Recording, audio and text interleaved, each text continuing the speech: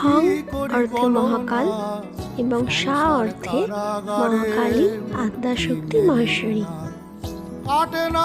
দেবী হংসেশ্বরী হলেন আদ্যাশক্তির এক বিশেষ রূপ, তাই দেবী এখানে যোগিনী মূর্তি রূপেই প্রতিষ্ঠিত।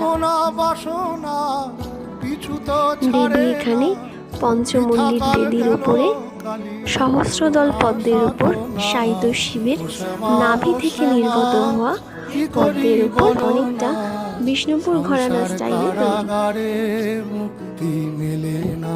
1979 খ্রিস্টাব্দে জমিদার রাজা